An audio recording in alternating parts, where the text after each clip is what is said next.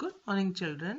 Welcome to your science class, and today we are going to do last chapter of our book, that is water. And this chapter is an activity based chapter, so you will not be doing question answers of this chapter. So before we start, let's know the learning outcomes of this chapter. So at the end of this chapter, you'll be able to identify and list the natural and local sources of water, name the uses of water, and then you'll be able to know how much water is there on earth and how much land is there on earth. Then you will define groundwater and list the various rivers in India. Also, describe the functioning and use of dams. Define hydroelectricity. So let's get started.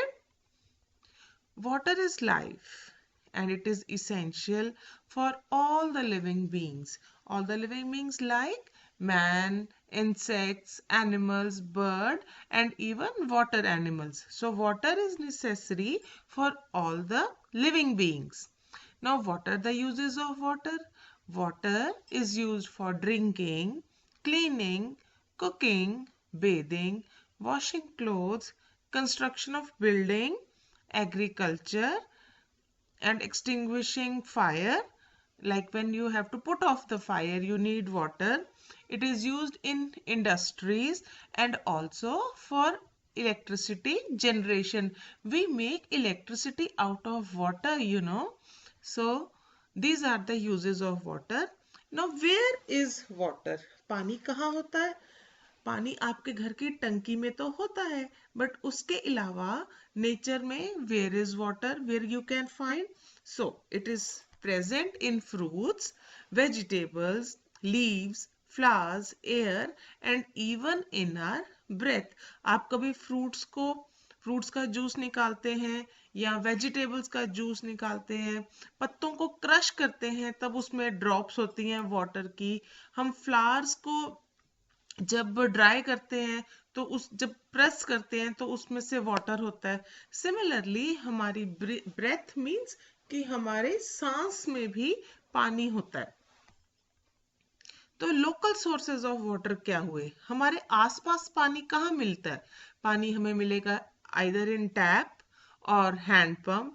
Some people get it from well, some from tanks and others get it from tube well. तो ये हो गए हमारे local sources of water.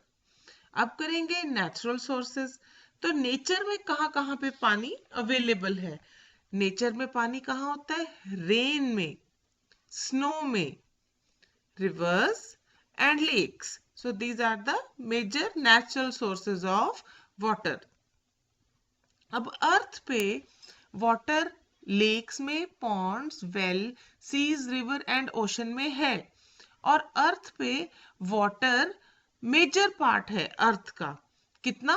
कि 3/4 of earth surface is covered with water. अगर अर्थ को हम एक सर्कल लें, उसका 3/4 हिस्सा, मतलब 4 में से 3 पार्ट्स जो है वो वाटर है, और जो 1/4 हिस्सा है, 1/4 पार्ट है, दैट इज ओनली लैंड. और क्योंकि इसमें ज्यादा वाटर है, इसलिए अर्थ को ब्लू प्लैनेट भी कहते हैं. और आपको पता है रिवर्स के आसपास ही हमेशा जो पिकनिक स्पॉट्स होते हैं, and the water there is used for either boating and other water sports like river rafting, etc. And rivers, lakes, ponds, wells, springs, they get water mainly from rain and snow. क्योंकि rivers में पानी आके और तो कोई नहीं डालता. rivers में, नदियों में पानी कहाँ से आता है? या रेन से या फिर स्नो के पिघलने से. तो सबसे पहले करेंगे रेन. अब रेन क्या है? रेन तो बारिश है, एंड बारिश को हम कहेंगे कि it is the natural shower of water from the sky. And to enjoy this rain, you do not need mug or bucket. You just have to go out in rain and then enjoy the rain. You can jump and play or throw water. So rain is the most important natural source of water.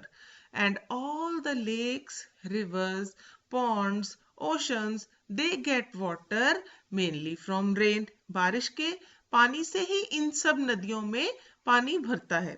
और जो river होते हैं दे flow into a सी और N ocean. Reverse में पानी तो बहता रहता है, बहते हुए जाता कहाँ है एंड में? In the end it goes in a sea or an ocean. Ocean means समुद्र। पर बारिश का कुछ हिस्सा लैंड के नीचे भी चला जाता है और उस वाटर को जो कि लैंड के नीचे चला जाता है उसको कहते हैं ग्राउंड वाटर, क्योंकि वो ग्राउंड के नीचे चला गया, जमीन के नीचे चला जाता है। It is called as ground water. अब प्लांट्स तो बेशक यूज करते हैं इस ग्राउंड वाटर को, उनकी रूट्स तो बहुत डीप डीप चली जाती हैं उस वाटर को लेने के लिए, लेकिन हम ह्यूमंस भी उसको यूज करते हैं। How do we use? We use it either by drawing it from well और हैंड पंप, या तो हम वेल से पानी निकालते हैं या फिर हैंड पंप के हैंडल को ऐसे अप डाउन किया और we can draw water from this. But in many places the river water is purified for drinking purposes. कुछ जगहों पर रिवर वाटर जो होता है वो गंदा हो जाता है, वहां पे फैक्ट्रीज का मिक्स हो जाता है। सो ऐसी जगह पे रिवर वाटर को पीने के लिए, आपके टैप्स में लाने के लिए उस वाटर को साफ करना जरूरी होता है, उसको क्लीन करना जरूरी है, फिल्टर करना जरूरी है। तो ऐसी प्लेस जहां पे हम वाटर को ट्रीट करते हैं, उसको प्यूरिफाई करते हैं, फिल्टर करते हैं, क्लीन करते हैं, उस प्लेस को बोलते हैं वाटर ट्रीटमेंट प्लांट। और फिर हमारे घर में प्यूरिफाइड वाटर आता है टैप से। और जो रेन वाटर होता है it irrigates the crops in the fields. तो फार्मर तो जरूर करता है, क्रॉप्स को इरिगेट, उनको वाटर देता है, बट ज्यादा वाटर उनको बारिश से ही मिलता है। अब रेन वाटर का एक और भी बड़ा काम है। रेन वाटर जितने भी लीव्स के ऊपर डस्ट लगी होती है, जैसे ही बारिश पड़ता है वो सारी डर्ट, सारी डस्ट उसके ऊपर से उतर जाती है और फिर से प्लांट्स ग्रीन और ब्यूटीफुल हो जाते हैं। कुछ एनिमल्स भी अपना बिहेवियर चेंज करते हैं। जब बारिश पड़ती है तो बर्ड्स कोशिश करते हैं वो अपने नेस्ट में छुप के बैठे रहे ताकि गीले ना हो जाए। और हमारा एक फेवरेट बर्ड है पीकॉक, जो कि डांस करता है जब बारिश पड़ती है। वो अपने सारे विंग्स को खोल के रेन को एंजॉय करता है ताकि उसकी जो विंग्स हैं वो क्लीन हो जाए और वो डांस करे। और कुछ एनिमल्स जो होते हैं जब वो गीले हो जाते हैं तो इस डॉग के जैसे शेक करते हैं अपनी बॉडीज ताकि रेन वाटर उनको गीला ना कर दें। कुछ बच्चे तो ऐसे प्ले करते हैं जैसे पिक्चर में, पर आप कैसे प्ले करते हो रेन में? Do let me know. अब करेंगे हमारा सेकंड सोर्स ऑफ वाटर, वो है स्नो। तो अगर आप कभी सर्दियों के टाइम पे हिल स्टेशन गए होंगे तो आपने देखा होगा कि ऐसे हिल्स के ऊपर वाइट शीट जैसी बिछी हुई है और यही वाइट शीट होती है स्नो। ठीक है, बहुत गहरी होती है, बहुत ज्यादा थिक लेयर होती है स्नो की। और जब स्नो गिरती है ना, it looks like as if cotton flakes are there, कि कॉटन के पतले पतले से छोटे छोटे से सॉफ्ट सॉफ्ट से पीसीस हैं जो कि ऊपर स्काई से गिर रहे होते हैं। And then all the trees, roofs of the houses, hills, they all get covered in snow। और इतना ब्यूटीफुल साइट होता है क्योंकि हर चीज, हर ट्री, हर ब्रांच, हर चीज के ऊपर वो कॉटन फ्लेक्स स्नो जम जाती है। और बच्चे क्या करते हैं? बच्चे, चिल्ड्रन जो होते हैं वो स्नोमैन बनाते हैं, और जो एडल्ट्स होते हैं वो आइस स्कीइंग करते हैं माउंटेन स्लोप्स के ऊपर। वो स्लाइड्स डालते हैं और स्लिप करते हैं माउंटेन स्लोप्स के ऊपर। मजा आता है बहुत इसमें। And now snow is the major source of water. जो स्नो है, बर्फ है, वो एक रेन के अलावा एक मेजर सोर्स है। और जब विंटर्स होती हैं तब माउंटेन्स के ऊपर पहाड़ों में खूब सारी स्नो पड़ती है, खूब बर्फ पड़ती है। पर जैसे जैसे समर आनी शुरू होती है यही बर्फ पिघलने लग जाती है, क्योंकि जो बर्फ है वो तो गर्मी होते ही पिघलनी शुरू हो जाती है।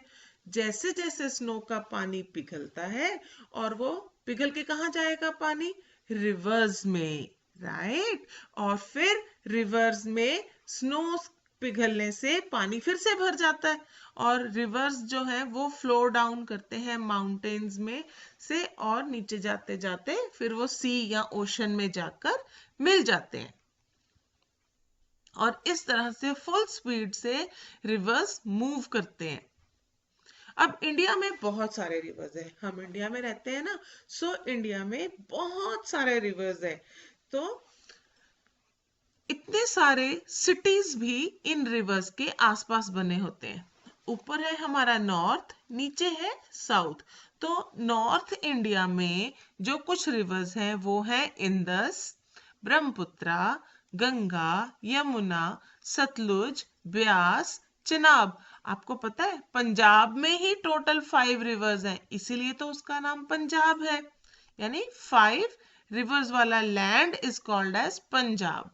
और साउथ इंडिया में कौन से रिवर्स हैं मेन, कृष्णा, कावेरी, महानदी, नर्मदा, तापी, गोदावरी। आपको ये लिस्ट याद करनी है कि नॉर्थ इंडिया में कौन से रिवर्स हैं, साउथ इंडिया में कौन से रिवर्स हैं। So this is north, east, west and south. और ये देखिए इंडिया के मैप के ऊपर वेस्ट वाली साइड पे है अरेबियन सी और ईस्ट वाली साइड पे है बे ऑफ बंगाल और साउथ वाली साइड पे है इंडियन ओशन। ये आपको याद रखना है कि इंडिया की वेस्ट साइड पे जो वाटर बॉडी है that is Arabian sea and on the east side it is bay of Bengal और इंडिया की साउथ वाली साइड पे इंडियन ओशन। सिर्फ इंडियन ओशन ही एक ऐसा ओशन है जो कि किसी कंट्री के नेम पे है और वो भी कौन से, इंडिया के। बाकी और कोई भी ओशन ऐसा नहीं है जिसके नेम पे जिसके कंट्री के नेम पे ओशन का नेम रखा होता है। तो है ना इंडिया स्पेशल, राइट। तो अब हम करेंगे रिवर्स का यूज क्या होता है, यूटिलिटी क्या है। तो रिवर वाटर तो बहुत काम आता है, चाहे ड्रिंकिंग हो, क्लीनिंग हो, बेदिंग हो या फिर वाटर स्पोर्ट्स हो। तो रिवर वाटर बहुत काम आता है। पर मैंने आपको शुरू में क्या बताया था कि जो रिवर वाटर होता है उससे हम इलेक्ट्रिसिटी भी बनाते हैं। रिवर वाटर से जो फील्ड्स होते हैं उसकी इरिगेशन भी होती है। तो कई बार रिवर वाटर्स को छोटे छोटे कैनाल्स में छोटे रास्ते पे डाल के पानी उधर को डाल दिया जाता है। फिर यही कैनाल का वाटर जो फील्ड्स को इरिगेट करने के काम लगाते हैं। और कभी कभी रिवर वाटर को एक जगह पे स्टॉप लगा देते हैं कि अब इसके आगे नहीं बहना और फिर रिवर वाटर को एक बड़े से रेजरवायर, बड़े से टैंक में इकट्ठा करते हैं। इस रिवर वाटर को, जिसको हम एक रेजरवायर में कलेक्ट करते हैं, इसको बोलते हैं डैम। ठीक है। और डैम में बहुत ऊंचाई से उस रिवर वाटर को नीचे गिराते हैं, धम से नीचे गिराते हैं। और जैसे ही ये रिवर वाटर नीचे गिरता है, नीचे जो टरबाइन होती है वो एकदम से रोटेट करते हैं उसके पहिए और उसके घूमने से फिर करंट बनता है। और जब ज्यादा करंट हो जाता है फिर इलेक्ट्रिसिटी बनती है, बिजली आती है खूब तेज। तो ऐसे करके रिवर वाटर को हम हार्नेस करते हैं। ये पिक्चर है टरबाइन की। तो ये इसके नीचे ब्लेड्स हैं, जो ऑरेंज कलर के ब्लेड्स हैं। When the water is put over it, जोर से पानी आके गिरता है और फिर इसके ब्लेड्स घूमते हैं जिससे कि करंट प्रोड्यूस होता है। जब हम वाटर से इलेक्ट्रिसिटी बनाते हैं तब इस इलेक्ट्रिसिटी को बोलते हैं hydro electricity. Hydro means water, so hydro electricity. Electricity generated by using water is called hydro electricity.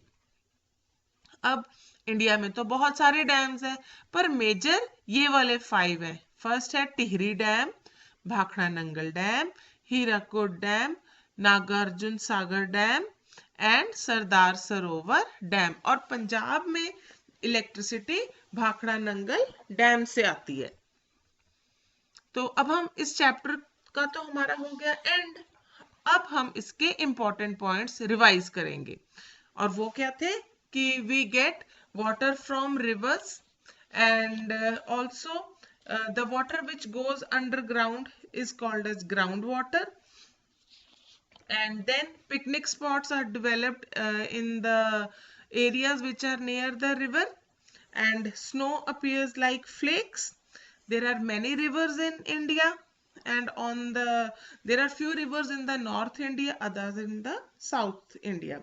And India is surrounded by Indian Ocean on the south, Bay of Bengal on east, Arabian Sea on the west side, and then we also learned that river water is diverted into canals and then it is used for irrigation of the fields. I also told you that electricity generated by water is called as hydroelectricity. And now it is your activity time. You have to draw a picture of a rainy day. या तो कोई picture बनाओ बारिश होने का, या फिर poster बनाइए सेव वाटर पे, या फिर you can make a video while reciting a poem on the following topics. Hindi में या इंग्लिश में आप कोई भी एक पोएम सुना सकते हैं, उसका वीडियो बनाए। टॉपिक क्या होगा? सेव वाटर या फिर rain. Okay, and you have to make sure you will share it with your class teacher, right? So with this, thank you for watching, and with this we end our today's class.